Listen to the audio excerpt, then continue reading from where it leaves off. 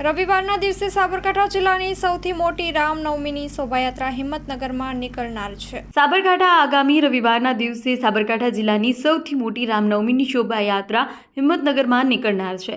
ત્યારે આ શોભાયાત્રા દરમિયાન કોઈ અનિચ્છનીય બનાવ ન બને તે માટે હિંમતનગર પોલીસ દ્વારા છાપરિયા 4 રસ્તાથી રામજી મંદિર વિસ્તારમાં ફ્લેગ માર્ચ યોજવામાં આવી હતી।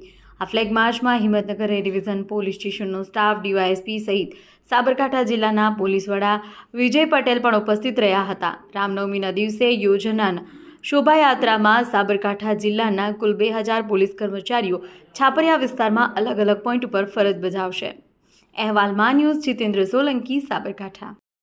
આગામી રવિવારના રોજ સમગ્ર સાબરકાંઠા જિલ્લામાં કુલ 12 જેટલી શોભાયાત્રા નીકળવાની છે, જેમાંથી જે સૌથી મોટી શોભાયાત્રા એ હિંમતનગર છાપરિયા ખાતેથી નીકળી અહીંયા લગભગ 5000 માણસો આ શોભાયાત્રામાં જોડાતા હોય છે।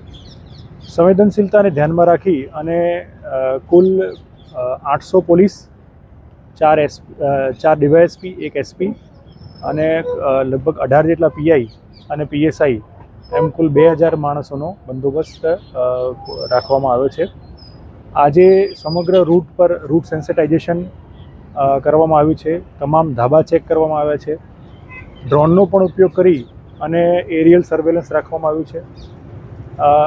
કેટલાક અસામાજિક તત્વો છે જેના વિરુદ્ધમાં છેલ્લા દિવસે ડ્રાઈવ ચાલી રહી છે, એના વિરુદ્ધમાં અટકાયતી પગલાં પણ લેવામાં આવ્યા છે। હજુ આવતીકાલના દિવસે પણ આ જ પ્રક્રિયા ફરીથી પુનરાવર્તિત કરવામાં આવશે। સમગ્ર બંદોબસ્તને 3 લેયરમાં રાખવામાં આવ્યો છે। એક છે યાત્રા સાથેનો બંદોબસ્ત, બીજો છે બફર ઝોનનો બંદોબસ્ત અને ત્રીજો છે ડીપ પોઈન્ટ અને ધાબા પોઈન્ટનો બંદોબસ્ત। આમ સુરક્ષાના તમામ પાસાઓ આવરી લઈ અને બંદોબસ્તનું આયોજન કરવામાં આવેલ છે।